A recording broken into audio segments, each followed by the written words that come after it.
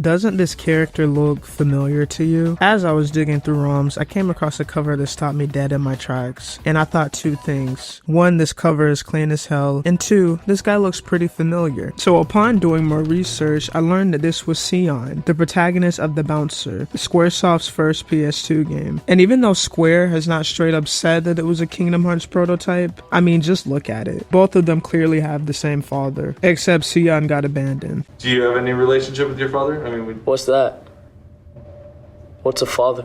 Yeah, Nomura, take care of your fucking kids. But while Kingdom Hearts went on to become the poster boy of Square during the time, The Bouncer became but a time capsule. But why is that? Why did this IP never become a heavy hitter? Well, buckle up, boys and girls. Welcome to my history class. Let's look at how this game fell apart.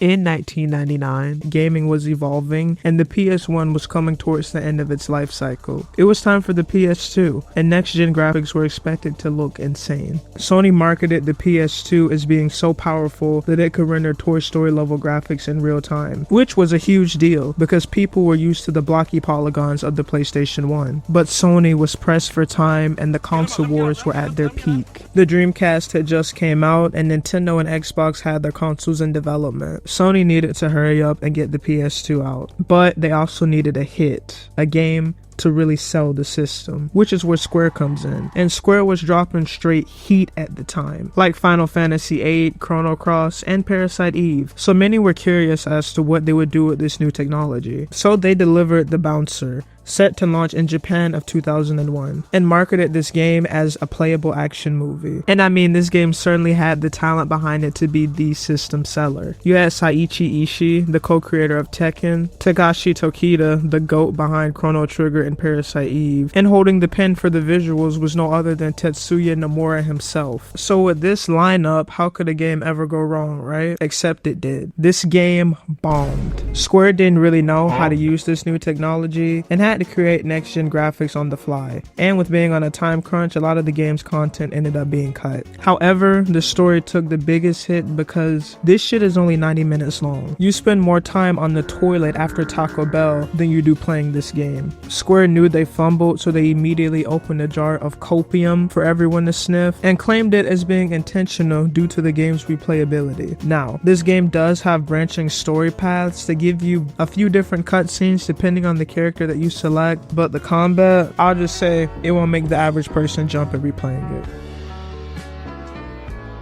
The game is a stage-based 3D beat-em-up with light RPG mechanics. Cutscenes are played between combat, and you have 3 playable characters you can choose from: Sion, Ko, and Volt. Sion offers a balanced playstyle, Ko is more kick-based, and Volt is a heavy fighter that has a body slam in his kit. The two that you don't choose will become your allies, and I will say, Donald and Goofy are fucking useless in this game too. The cutscenes will vary depending on who you choose, but the main plot remains the same. The combat in this game isn't anything too crazy. You have your standard high, mid, and low attack, but unfortunately there are ragdoll mechanics, which was pretty annoying because this big-ass nigga Volt would stand in front of me and knock back my entire team with his big ass body. Sorry Volt, I shouldn't body shame like that. As you defeat enemies, instead of getting standard XP points, your selected character will earn bouncer points. And in between stages, you can spend these points to level up various stats, like life, stamina, power, or you can even use them to unlock special abilities. Now let's talk about this game's camera.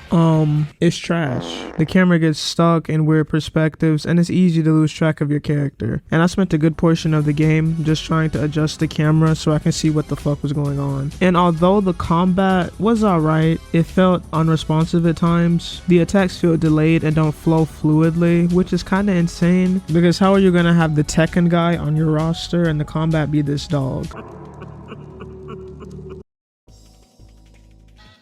The story takes place in a city called Edge. We are introduced to Sion, Ko, and Volt, who are your typical character tropes. Sion is the cold, distant main character, Ko is the cheeky, talkative guy, and Volt is a man of few words. All 3 of them are bouncers just chilling on their shift, which doesn't last long. Dominique, one of Sion's new friends, visits him to give him some new drip, but the bar is then attacked by masked soldiers from a corporation called Makaido. And in the chaos, Dominique gets kidnapped. kidnapped. To get her back, the trio has to fight their way through cargo trains, underground sewers, and eventually infiltrate the Makaido headquarters. Along the way, the game drops some pretty wild twists that you'll only fully understand if you replay the game as different characters. But no matter who you play as, all roads lead to the same dark truth. They learn that the Makaido has done some pretty awful human experiments, and we learn Dominique's true identity. She is actually an android created by the company's leader, Duragon Makaido, who also happens to be her brother. The original Dominique was a human girl who was very sick and tragically passed away due to the city system failing her. Driven by his desire for revenge, Duragon plans to blow the city up, and honestly bro, it's understandable. However, in order to do this, he needed the activation key, which, you guessed it, he had installed inside of Dominique. So they all tussle and they rescue Dominique and save the earth. Then they go back to their normal bouncer jobs. Not saying this is the best plot ever, but Square low-key kinda cooked with this.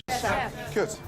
Let's go. The setting is really what made this game stand out to me. The mid-game, when you first infiltrate the Makaido, really reminds me of Midgar in Final Fantasy VII. And I know it's crazy to praise a game's setting when half of it was cut, but I think the smaller scale gave the game some charm. It honestly makes me sick to think about what we could have had if this game was given at least half the love and attention that Kingdom Hearts got. I found the story to be very interesting as it was more dark and mature. I just wish there was more of it. I mean, half the game's lore was in the loading screen text, because even when you experience all the different perspectives through the cutscenes, the game's story still feels empty. And don't get me wrong, Sion and his friends have some pretty funny moments during their interactions. I just wish we were given more feeling to actually care about what was going on, as a lot of the story just tells and doesn't show. For example, we're told that Duragon was an orphan adopted by the Mikado family to be used as a tool.